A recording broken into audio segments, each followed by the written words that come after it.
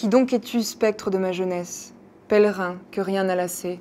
Dis-moi pourquoi je te trouve sans cesse, assis dans l'ombre où j'ai passé.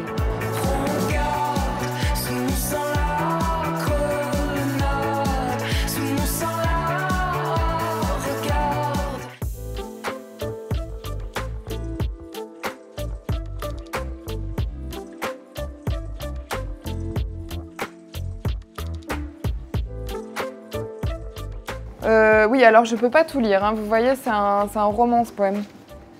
Par contre, je vous invite vraiment à le lire, parce que moi je vais lire le dénouement, ça gâche un peu le suspense. Donc c'est un discours entre un poète et puis ce qu'il appelle la vision. Donc la première partie, c'est le poète. Qui donc es-tu, spectre de ma jeunesse, pèlerin que rien n'a lassé? Dis-moi pourquoi je te trouve sans cesse, assis dans l'ombre où j'ai passé. Qui donc es-tu, visiteur solitaire, hôte assidu de mes douleurs? Qu'as-tu donc fait pour me suivre sur terre? Qui donc es-tu?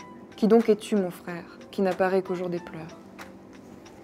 Et la réponse de la vision. Ami, notre Père est le tien. Je ne suis ni l'ange gardien, ni le mauvais destin des hommes. Ce que j'aime, je ne sais pas de quel côté s'en vont leurs pas, sur ce peu de fange où nous sommes. Je ne suis ni Dieu ni démon, et tu m'as nommé par mon nom quand tu m'as appelé ton frère. Où tu vas, j'y serai toujours, jusqu'au dernier de tes jours, où j'irai m'asseoir sur ta pierre. Le ciel m'a confié ton cœur. Quand tu seras dans la douleur, viens à moi sans inquiétude. Je te suivrai sur le chemin, mais je ne puis toucher ta main. Ami, je suis la solitude.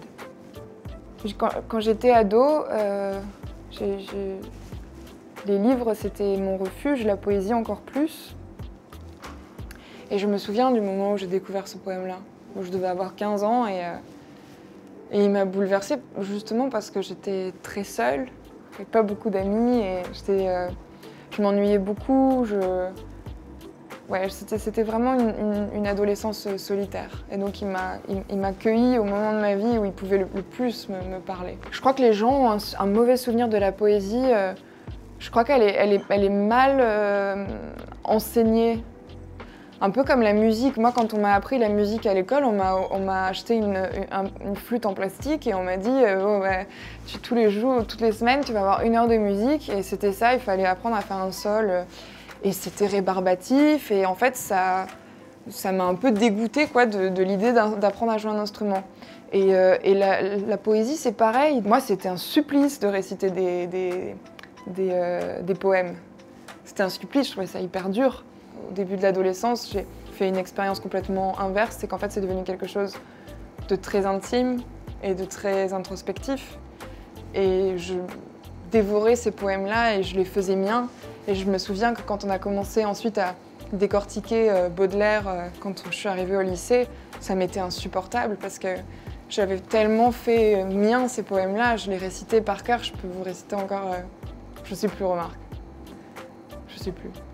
Mais oui, si, il y avait des poèmes comme j'ai plus de souvenirs que si j'avais 1000 ans, un gros meuble à tiroir encombré de bilans, de vers, de billets doux, de procès, de romances avec de lourds cheveux roulés dans des quittances, cache moins de secrets que mon triste cerveau.